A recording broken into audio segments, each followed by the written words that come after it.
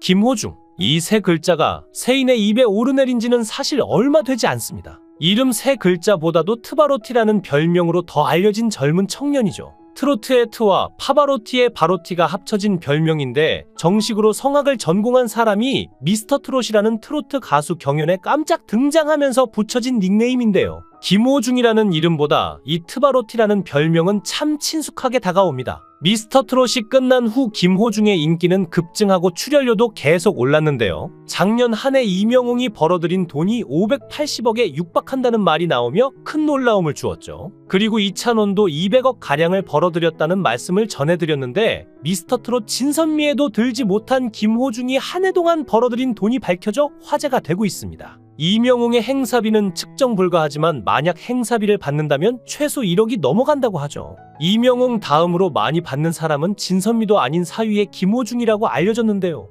행사 한 번에 김호중이 받는 행사비는 4천만 원 정도라고 알려져 있고 4곡 정도의 노래를 부르고 무려 직장인의 연봉을 받는 수준이죠. 김호중의 소속사 생각엔터테인먼트 감사보고서에 따르면 지난해 매출액은 255억 9,400만 원인데 이는 김호중이 사회복무요원으로 입소해 2022년 6월까지 근무한 것을 고려하면 6개월 만에 올린 매출이라 놀라움을 안겨주었는데요. 그런데 행사 출연료와 광고 계약만으로도 매년 엄청난 수입을 벌어들이고 있는 김호중이 큰 돈을 벌자 돈을 들고 바로 누군가에게 달려갔다고 하는데 자세히 알아보겠습니다.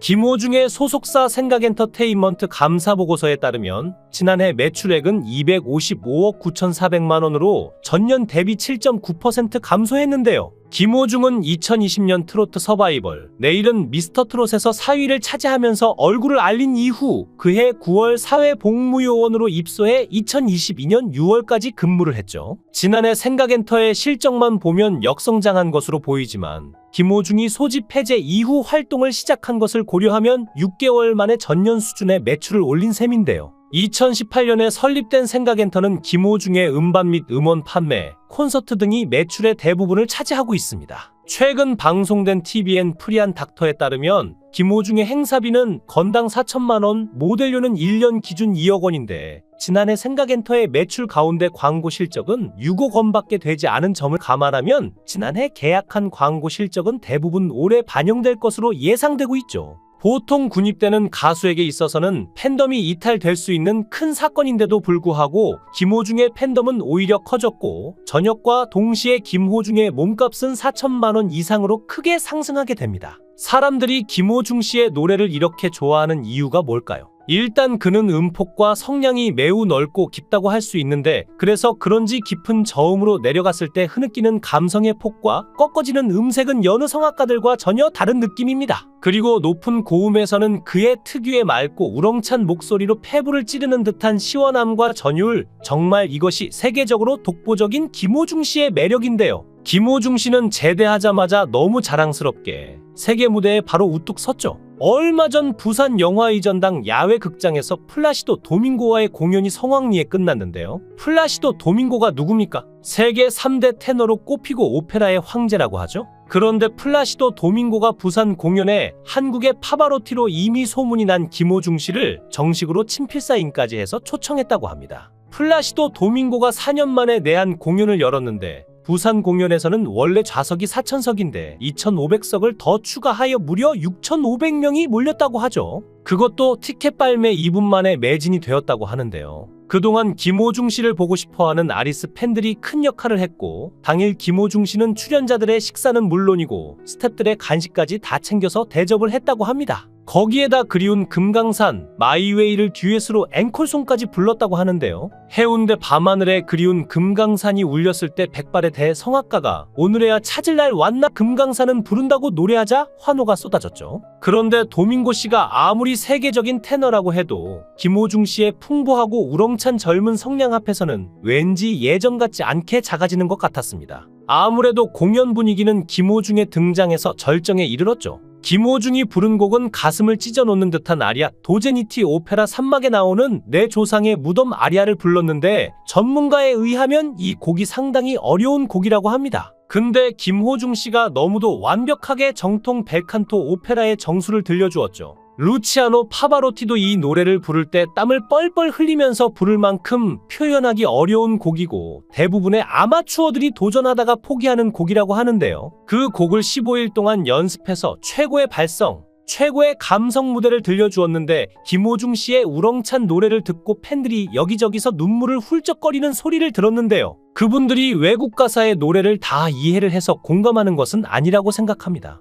이런 예술적 감성은 머리로 전달되지 않고 바로 가슴으로 전달됩니다. 저는 이번 공연을 보면서 지난 2020년 방송된 TV 경연 프로그램 내일은 미스터 트롯에서 자신의 전공인 성악을 잠시 두고 트롯 무대에 섰을 때 스승인 서수용 선생님 앞에서 참았던 눈물을 흘리는 모습이 생각이 났는데요. 어린 나이에 스타킹이라는 무대에 서서 대중들의 관심과 주목을 받기 시작하다가 한국의 신인재로 해외 유학까지 다녀왔지만 한국의 성악 무대는 기존 기득권들로 벽이 높기만 했죠. 김호중 씨는 예식장을 전전하면서 노래를 부르면서 명면을 이어오다가 어쩔 수 없이 트로트의 무대에 섰지만 세계적인 대가에게 인정받으니 감회가 새로웠을 겁니다. 공연이 끝나고 김호중의 대기실을 찾은 도밍고는 우리 무대는 매우 훌륭했어요. 다음엔 우리 듀엣으로 함께 해요라고 해서 놀라움을 금치 못했다고 합니다. 김호중은 빛이 나는 사람과 클래식 2집 파노라마를 발표하며 무명 시절에는 자신이 어떤 길로 가야 될지 잘 몰랐을 때 이 길이 맞는 건가 다른 일을 해야 할까 고민도 많이 했고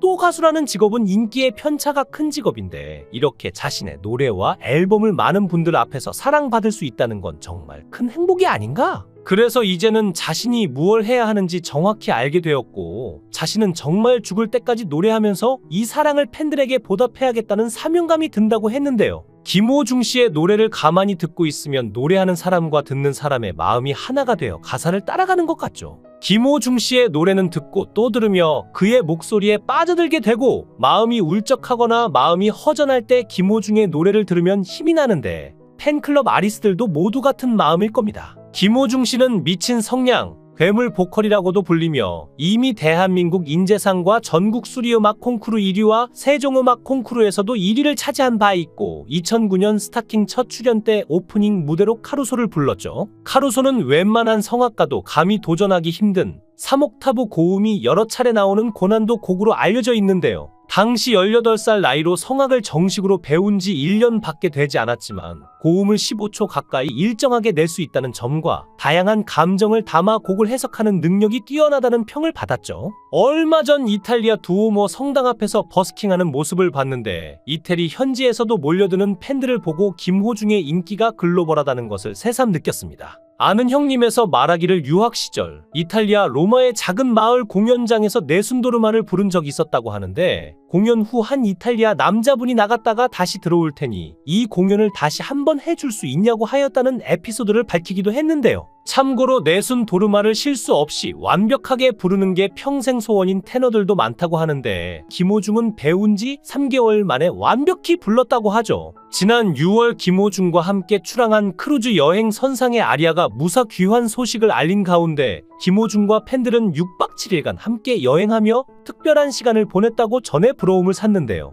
일본 오키나와 미야코지마, 대만 기륭 세 곳의 하선에 기항지 여행으로 진행된 선상의 아리아에는 김호중을 비롯해 수많은 팬과 가수, 연기 강혜슬 등이 함께 상선한 것은 물론 오직 선상의 아리아에서만 볼 수 있는 특별한 공연들로 여행을 더욱 빛냈죠. 특히 이번 선상의 아리아는 평소 팬들과 함께 여행하고 싶었던 김호중 씨의 바람으로 진행된 만큼 그는 크루즈 내 마련된 공연장에서 전율 없이 볼 수 없는 무대들을 비롯해 팬들과 더욱 가깝게 소통하며 특별한 시간을 선물했습니다.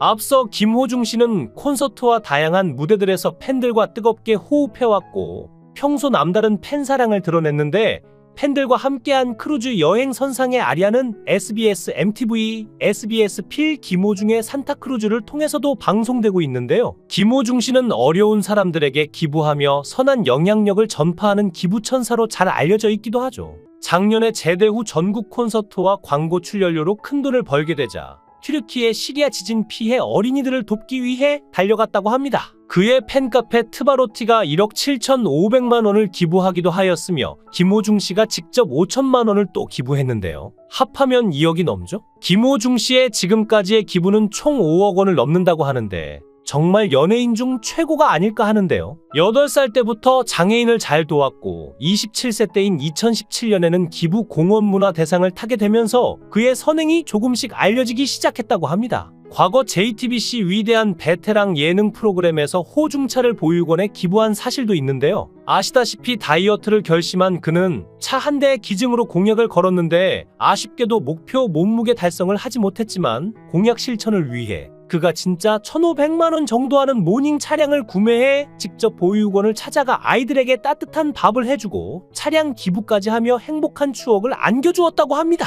TV조선 내일은 미스터트롯에서 4위를 차지했을 때 트로트 가수 김호중의 아리스 팬클럽이 김호중의 모교에 무려 2억 원짜리 그랜드 피아노를 기부하기도 하였죠. 또 군복무 중에도 자신의 관할 보육원에 매달 300만 원을 남모르게 기부해왔다는 미담도 있었는데요. 김호중 씨는 팬들의 기부에 감사하며 팬들의 사랑과 응원이 없었다면 오늘의 저는 없었을 것이라며 좌절할 때마다 애정과 격려를 보내주신 주변 분들의 뜻에 조금이나마 보답하고 제가 받은 사랑을 좀 더 뜻깊게 세상과 나누고 싶다고 말했습니다.